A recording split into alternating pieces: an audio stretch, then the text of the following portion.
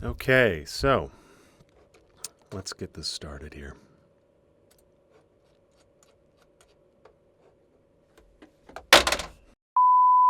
All right. Hey guys, happy 4/23. It's Alex. And yeah, I wanted to share something as a little bit of a preamble to what we're about to do.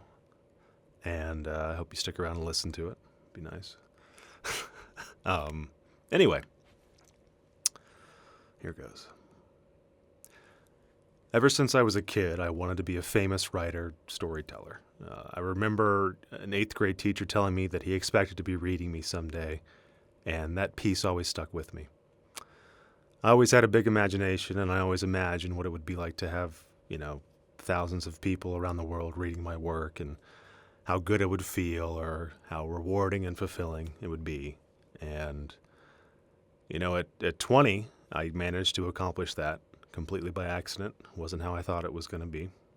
Um, but I wrote this story that would go on to be internationally successful and also inadvertently kind of help establish an entirely new genre of, I guess, what you would call literature, I suppose. I don't know. It was all on a platform that I was barely familiar with. I remember a week after ending the story, I was contacted by a famous studio in LA, having a conference call in my college dorm room in St. Louis, me bumbling around, trying to talk to these Hollywood executives and trying to kind of help pitch the story to them. And they were having a hard time wrapping their heads around it because, YouTube was it wasn't new, but YouTube fame kind of was a new thing. I think this was even before, or maybe right around the time PewDiePie got started. And people were still trying to figure out, how do they adapt something like that into a film and all of that. And this would be the first of many different attempts to turn Bend Raman into a film adaptation. The most recent of them being with Clive Barker, but inevitably none of them were a perfect fit and none of them have really worked out. So it's been an interesting few years, I think, figuring that stuff out. My life changed dramatically after that story, and it really hasn't been the same since. It's a very crazy experience to have that sort of out of nowhere viral hit or success of something that you wrote. I think is pretty cool. And it also puts a lot of pressure, I think, on the next thing that you are trying to create. And, it's interesting how that impacted me both externally and internally. And it didn't quite feel how I always imagined, how I thought it would. How I always kind of, figured, I always would feel a certain way, I'd feel fulfilled or whatever. I thought something was missing. Maybe it was making a ton of money or actually being famous. Maybe that was what was missing. Thankfully, I kind of learned quickly that I didn't really want to be at that level of public scrutiny. Thankfully, being an internet famous writer, you don't really have your face plastered all over the place, which is kind of nice. So you can kind of just live a normal life. I think there's some very strong value in that. And, because of learning to kind of deal with all that stuff and sort of figuring, well, what's next, I began to develop a pretty nasty existential anxiety problem around my early 20s, as I've talked about before. I've been pretty open about. Over time, I tried several things to treat it, but it didn't really work. And I will definitely talk more about this more openly later on when I have a full amount of time to talk about this. This is more of an introduction to what comes next. I began to realize, honestly, that the most rewarding part of what I did wasn't the fame or the success or, that ego stroking crap or whatever. It was really talking to people that I helped inspire to write and create on their own, to start their own stories, to start their own written projects, all the art that has spawned from it, all the cool creative concepts that have spawned from it. I think, to me, that is the most meaningful and humbling impact that anyone can have, I think, in the world, is to help be a part of something, really positive. And I think the story itself maybe it wasn't the most positive thing because it was definitely like a psychological thriller, kind of spooky. Um, so that kind of brings me to something else that I, have been working on here. So over the next few years, by taking inventory of my own life, battling and overcoming depression and finding other things that really fulfill me, I began to realize that I'm at my happiest when I'm helping other people.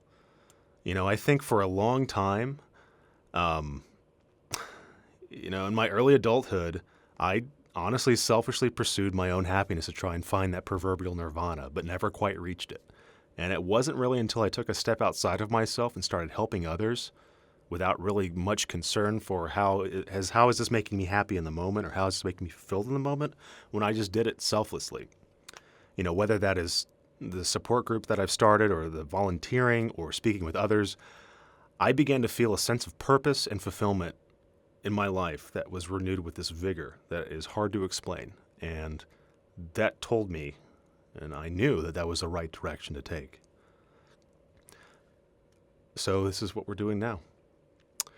Podcasts have been an important formative piece of my own life.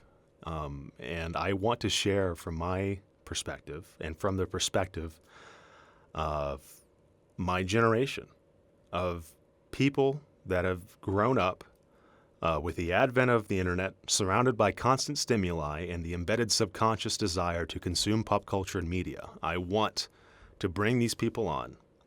Doesn't matter what kind of walk of life they're from, as long as there's something interesting there to talk about.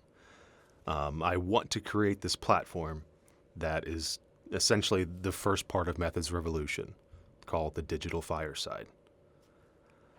The topics in this will be varied. There is no one set criteria that will be a focus, but it will be based around different aspects of maintaining creativity, artistry, self-improvement, career advice, mental health, addiction, social trends, technology, and other applicable topics that affect millions of millennials every day. I want to create a space where people can fearlessly share their own successes and failures in hopes that in each episode we have a listener that will walk away having learned something valuable. There will be naked moments on the podcast, figuratively. We talk about very relevant and honest issues that our generation faces, and as such, a lot of it will be uncensored and an unashamed look at these issues. My goal is to have something that you can listen to while you're at the gym, in the car, on your commute, playing video games, or just relaxing. That you can find something to relate to and maybe help you feel less alone or more motivated or inspired or creative, or this is making the next hour easier or, just something to improve the quality of life in some minuscule way, in some small way. And this will be another episode that I'll talk about, but making Methods Revolution, it was hard to distill everything that I wanted to share about life and the experiences I've had and observe from other people into a 90-minute formula. And in retrospect, it's probably impossible, which is why this component of this project of Methods Revolution, the Digital Fireside, is so valuable because there is no time constraint. There's no time limit. This podcast format seems to be the solution to the prologue that I've wanted to make. And the nature of this podcast has evolved, well, I say podcast and also the movie, has evolved tremendously. The movie's evolved tremendously over the years. The podcast has taken different shapes over the past year or so. And while it will still evolve and eventually be released in a final film form, there will be multiple components in what I consider Methods of Revolution, because it is separate methods of revolution. It is a method in and of itself to your own personal revolution. Each episode will have 2 topics, and if you have any suggestions looking for, discussion points, booking requests, or emails that you want us to read on the air, you can contact us at contact, that's CONTACT, at thedigitalfireside.com. And as always, this is a new thing. And with these new experiences, there will be growing pains while we figure everything out. So I encourage you to be patient and bear with us. But I'm very excited about getting this started. And this has been something that I've been wanting to do for a very long time. And I saw the success that I have had with the separate YouTube videos that I have put out on different personal issues or just weekend updates or whatever. And I saw how impactful it was to some people and how helpful it was to some people. And I knew that this is what I really wanted to do. So I'm excited. I mean, I'm really looking forward to this. And, you know, we're here. We're here. Take care, guys. Thanks.